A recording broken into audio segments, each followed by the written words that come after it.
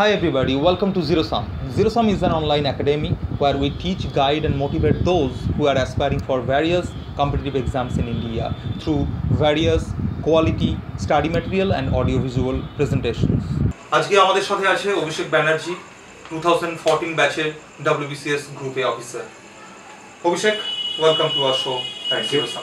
আচ্ছা অভিষেক, মেনলি কি challenge face করেছো তুমি ডিউরিং দ্য প্রিপারেশন? দেখো, প্রথম initial challenge was to make the decision that I want to go in for this exam, and the next challenge was to choose the right books. আচ্ছা, তোমার মতে importance of coaching centre বা coaching institute কি রকম? আমি আমার নিজের প্রিপারেশনের সময় কোনো কোচিং সেন্টারে যাইনি, আর একটা ক্যান্ডিডেটের কোচিং দরকার কিনা সেটা তাকে নিজেকেই জাজ করতে হবে। At best I can simply give him some parameters based on which he can decide it better. আচ্ছা, এই নতুন সিলেবাসের প্যাটার্নে অপশনালের ভূমিকা কতটা?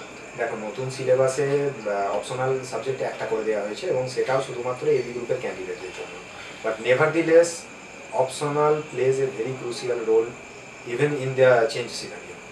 ম্যাক্সিমাম ভিউয়াররা হয়তো জানতে চাইবে তোমার থেকে যে কোন বইগুলো ইম্পর্টেন্ট রোল প্লে করবে সাকসেসফুল হওয়ার জন্য, কারণ দেখো অ্যাভেলেবিলিটি অফ রিসোর্স প্রচুর আছে, তো এখানে মিসগাইডেড হয়ে যাওয়ার চান্স আছে, তো রাইট বুক না চুজ করলে অনেক প্রবলেম। তো তুমি যদি তোমার বুক লিস্টটা শেয়ার করো তাহলে নিশ্চয়ই আমি আজকে তোমার সাথে এবং তোমার ভিউয়ারদের সাথে আমার বুক লিস্ট অবশ্যই শেয়ার করব এবং বেস্ট পসিবল বইগুলোকে আমি সাজেস্ট করার চেষ্টা করব।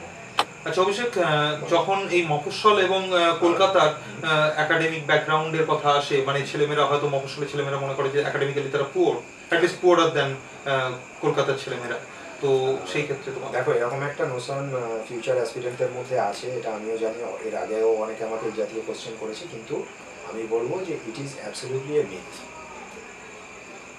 এটা মোটেই ঠিক না।